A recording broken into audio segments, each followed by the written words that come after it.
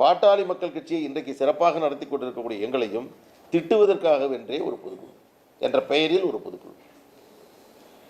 வேற ஒன்றுமே இன்னைக்கு விவாதிக்கல. இன்னைக்கு ஏதாவது தமிழக அரசின் செயல்பாடுகள் குறித்து விமர்சனம் வந்திருக்கிறதா? திட்டங்கள் குறித்து ஏதாவது விமர்சனங்கள் வந்திருக்கிறதா? தமிழகத்தினுடைய தேவை குறித்த விமர்சனங்கள் வந்திருக்கிறதா? எதிர்காலத்தில் எந்த அடிப்படையில் எதனால் எதற்காக எந்த யாருடன் கூட்டணி வைக்கப் போகிறோம் என்பதற்கான அறிவிப்புகள் வந்திருக்கிறதா? நான் இப்போ இதெல்லாம் சொல்கிறது இவ்வளவு முக்கியத்துவம் கொடுத்து இன்றைக்கி நடைபெற்ற அந்த கூட்டத்துக்கு சொல்லணும்னு அவசியம் இல்லை. ஆனால் அதே வேளையில் நாங்கள் இதை சொல்லித்தான் ஆக வேண்டிய நிலையில் நாங்கள் இருந்து கொண்டிருக்கிறோம். இந்த நாடகத்தை இன்னும் எவ்வளோ தூரம் ஓட்டலாம் அப்படின்னு நினச்சிட்டு இருக்காங்க. இது போன்ற நாடகத்தை இன்னைக்கு முழுமையாக நடத்துவது, அவரை இயக்குவது ஜி.கே. மணி அவர்கள்தான்.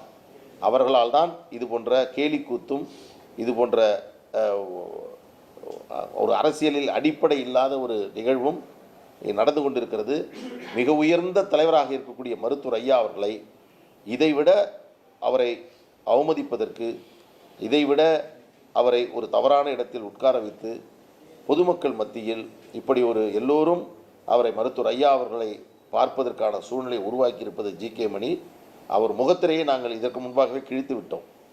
அவருடைய சாயம் என்பது வெளுத்து விட்டது. அவர் இனி பாட்டாளி மக்கள் கட்சியில் அவர் போடக்கூடிய இந்த இரட்டை வேடத்தை நம்புவதற்கு பாட்டாளி மக்கள் கட்சி மட்டுமல்ல, தமிழகத்திலே யாரும் இன்றைக்கு தயாராக இல்லை.